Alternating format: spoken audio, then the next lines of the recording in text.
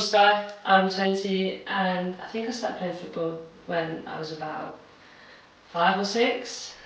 I had two brothers, an older and a younger, and they would always play in the garden, but I think at that age I decided to go to do dance, which is completely different to football, but I think I always used to just go play with my brothers and then go play with their friends, and then I think it was kind of, the more I played, the more I enjoyed it, so then kind of drifted away from doing dance and then was like fully committed on football.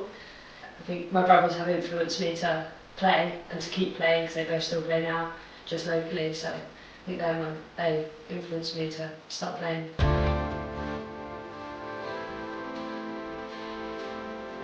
I've gained a lot of experiences. I think you learn a lot about activities. When you play, it's just enjoyable, but then also it gives you the social aspect of you make friends, and every team, if you move teams and you make new friends, and I think that kind of connections on the social side is just as important as being physically active as well and enjoying the sport.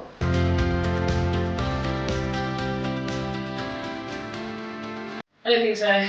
Obviously you have injuries, so if I got a bad injury then I think obviously that would take you out of football, but I think as long as I can, I think I will play till I can't play anymore.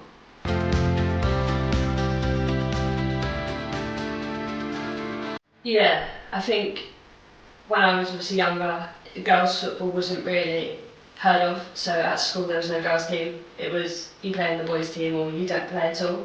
My dad started a team, and then I joined them, but it was always, you're a girl, you're going to sit on the bench, like let the boys play.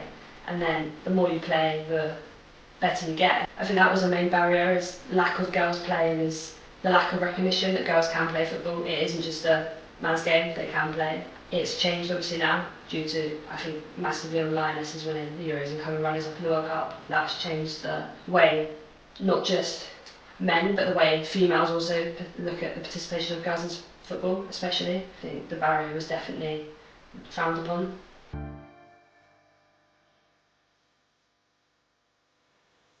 I think it gives a different perspective on the way they coach, because I think growing up I've always had males, and it was until my team before I had a female coach, and then I think they take the way of coaching. Obviously they can coach the same, but the way they approach it can be sometimes less hot-headed than a male coach, and I think some girls can take it quite personally if you've got a male then stood on the sideline shouting at you, and that can be frowned upon, whereas obviously I think a female approach is different to a male's. Like obviously still get hot-headed, still get passionate about the game, but yeah, I think each team should have a male and a female to balance.